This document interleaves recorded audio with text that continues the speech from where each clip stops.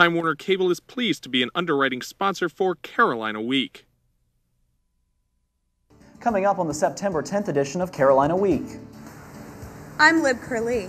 Coming up, I'll give you the latest on the suspension of the rugby team. A controversial magazine is being sold on campus. Find out what it is and why legally it may be difficult to stop. In sports, we'll show you why the Basketball Hall of Fame just got better.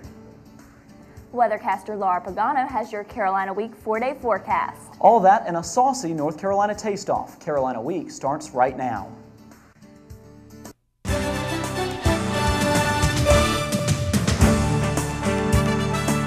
From the James F. Goodman Studio in the School of Journalism and Mass Communication at the University of North Carolina at Chapel Hill, connecting campus and community, this is Carolina Week. Hello and welcome to the Monday edition of Carolina Week. I'm Carla Babb. And I'm Adam Rhew. Thanks for joining us. Rugby is one of those sports with a reputation for rough play on the pitch, but members of the UNC rugby team are now facing tough times off the field. Carolina Week's Lib Curley joins us from a South Campus practice field with the latest. Lib? I'm standing here on Airing House Field, which is rugby territory, but the team won't be playing here anytime soon after the latest news of their indefinite suspension.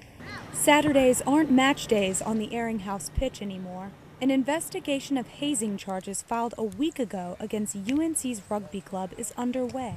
Co-captain Todd Gardner says hearing news of the suspension was hard. It's tough to hear that without any debate, that's just taken away. And, you know, to be honest, many of us were on the verge of tears.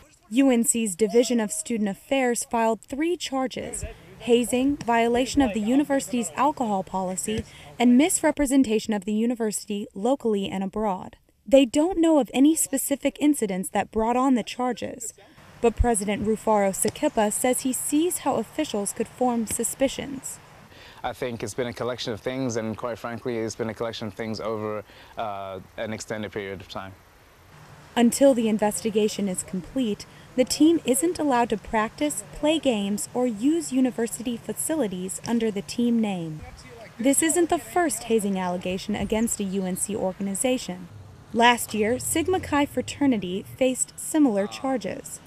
Officials found Sigma Chi guilty of hazing charges and placed the fraternity on probation until December.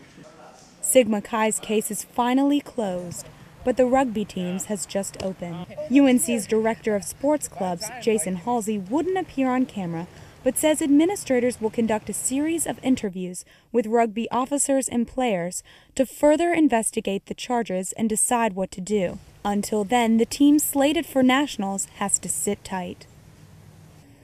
Lib, hazing is sort of a broad term. Can you explain exactly what the university considers hazing? Well, Adam, I have here the booklet for the Instrument of Student Judicial Governance here at UNC, and it lays out a lengthy definition for hazing.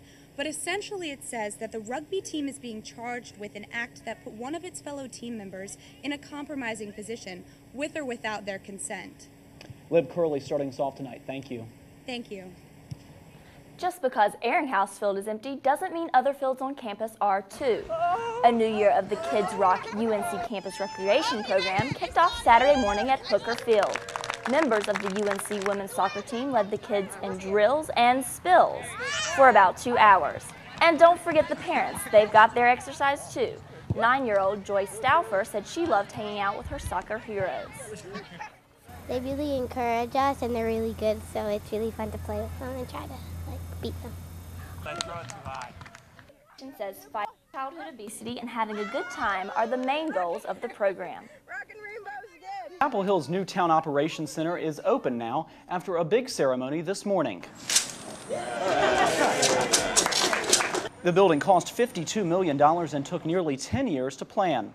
It's the largest project the town has ever funded. The center includes a geothermal heating system, underground tanks to hold rainwater, and solar paneling. The building houses 19 new buses which use ethanol, biodiesel, and other hybrid technologies. Many elected officials spoke at the ribbon cutting, including Congressman David Price and Mayor Pro Tem Bill Strom. The Bull's Head Shop and Student Stores is getting some heat for a recent addition to the magazine shelf. Reporter Michelle Sapulo tells us more. When you walk through these doors, you see the usual: textbooks, snacks, and Carolina gear. But what's on the magazine shelf is what's creating a stir. For $6.39 in the Bull's Head shop, you can buy Playboy. This has caused concern for some Carolina students. Playboy is available in gas stations on Franklin Street, but selling it on campus makes some students uneasy. They're not just selling someone a magazine, they're actually advocating the behavior that results from this magazine and saying that it's okay that this behavior is on this campus. But removing the magazine from the Bull's Head shop is complicated.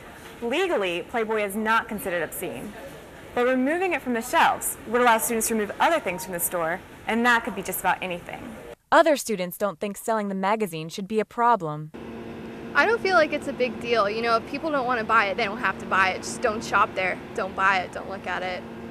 The manager of the Bull's Head shop, Erica Eisdorfer, said in a debate earlier this week there's a reason she doesn't want to remove it from the shelf. Sexist and racist literature and pictures are harmful, but to me, the worst crime is censorship because it limits our power to decide what we want to hear and read and write.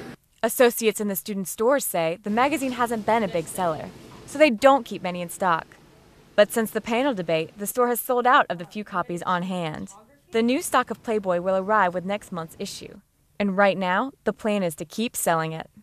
In Chapel Hill, I'm Michelle Sapulo, Carolina Week. If you like the magazine, you might like a new online social networking site. It's called Playboy U. It's similar to Facebook and brings people together by allowing members to send messages, pictures, and videos. It's a non-nude site, but there are forums for members to talk about sex and organize Playboy parties. Unlike other social networking sites, Playboy U is open only to college students. With U.S. dependence on foreign oil a hot topic these days, many of us are looking for new ways to fill up. Coming up, we'll tell you about a homegrown alternative made right down the road.